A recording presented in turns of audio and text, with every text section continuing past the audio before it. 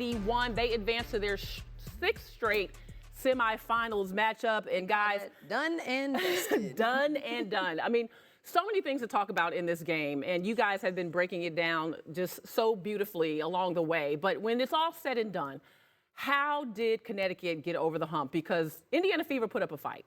I think the experience and the great move of bringing in Marina Mabry, especially not having Ty Harris. If they didn't have Mabry, I think Connecticut could have been in trouble. But Mabry brings that fight. She brings that fire, and she brings the mental toughness when the game gets close. It is a testament to Darius Taylor, the GM, who brought in Marina Mabry. It's a testament to Marina for being able to fit in with this team. It's a testament to everybody for welcoming in Marina. You see how hyped they are that she just hit that shot? That's because that's what she was brought here for. But also, when you think about this Connecticut team, they're balanced. Yeah. Everybody scored that got in the game. They had 18 points off the bench. Veronica Burton and Olivia Nelson-Odoto were phenomenal. They played so well. Alyssa Thomas was doing her thing. Big Shot Bonner made shots. They were more experienced, but they also had more weapons. When you look at Indiana, they had 3 weapons offensively. It was Caitlin Clark, Kelsey Mitchell, and Aaliyah Boston. They couldn't compete. I think the biggest thing was the experience.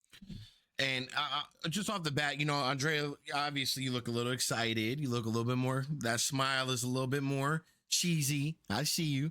Yeah, you know, these women are going to be excited. You know, the Fever, that was the biggest threat down low from the 5th seed on down. They're like, oh, the Fever, that's probably the toughest one.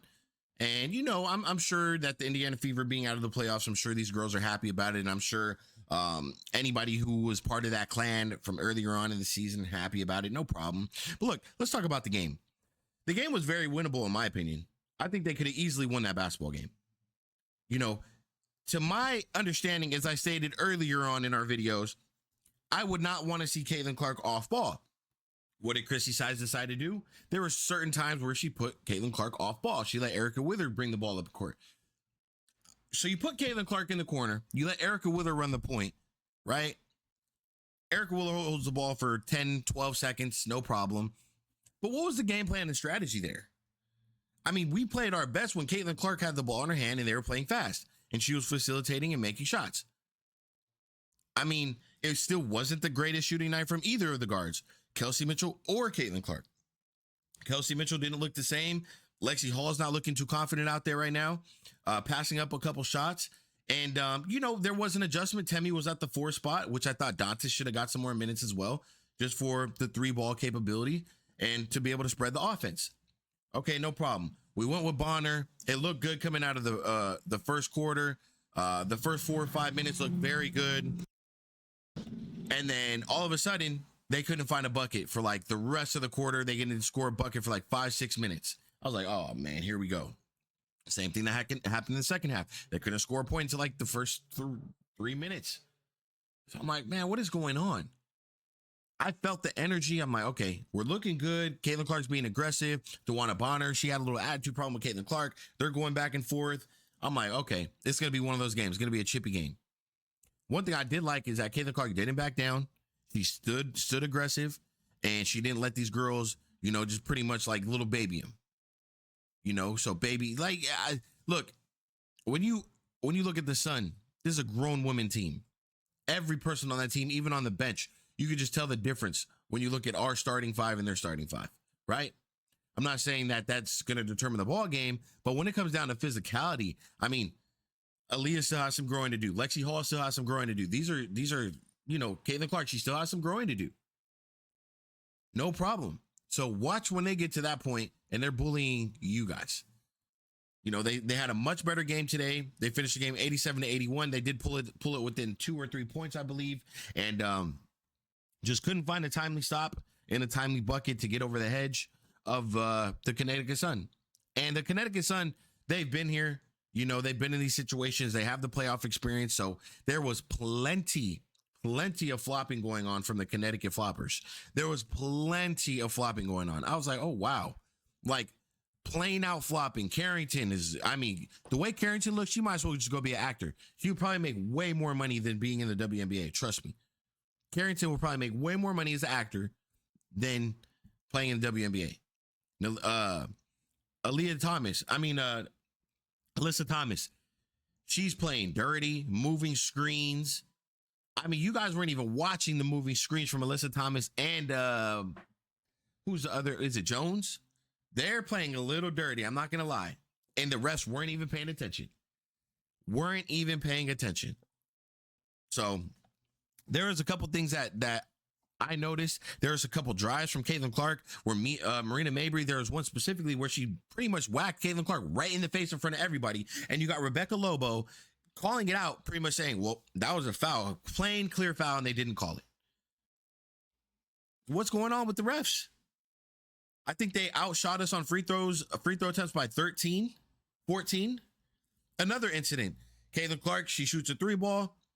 DeWanna Bonner closes out, didn't give her enough space to land. Caitlin Clark falls.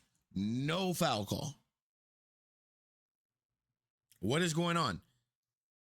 So this is what's going to happen, right? Since you guys don't want to make foul calls, you guys want to let the Sun be as physical as possible. I mean, it's clear as day, too, that they weren't calling fouls.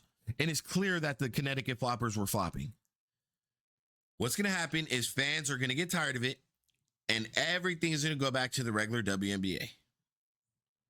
That's unfortunate, but that's what's going to happen. Because of people like the refs, we got people like Carter and all these people from ESPN, whatever the case is. It's you guys got to accept the fact that Caitlin Clark is here, and you guys should be trying to protect her. I'm not saying baby her, but you protect her. And it's more than just her.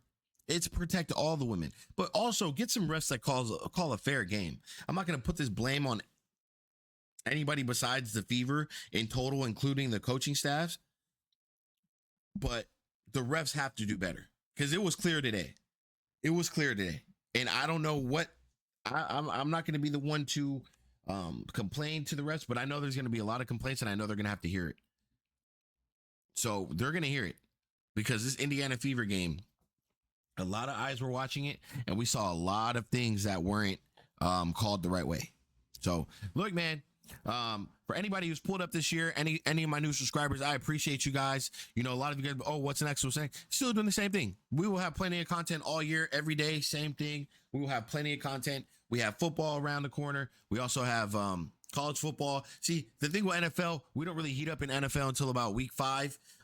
College football, obviously, it won't be as much coverage because everything's so crammed in. But then also we have NBA around the corner as well. And then we also have a lot of updates for WNBA. And, moving forward, there will be a lot of content on the channel. I have other channels you guys might enjoy as well. And you guys are more than welcome, man. I appreciate you guys. I know the Caitlin Clark effect is real. I appreciate it. I had a great season. The season is unfortunately over, but we will still have plenty of Caitlin Clark content and updates and things like that, and headlines and storylines and all kind of things, man. So stay tuned. I appreciate you guys, man. W's in the chat, and make sure you guys sub up. Welcome to game day. I'll catch you guys on the next video. I'm out.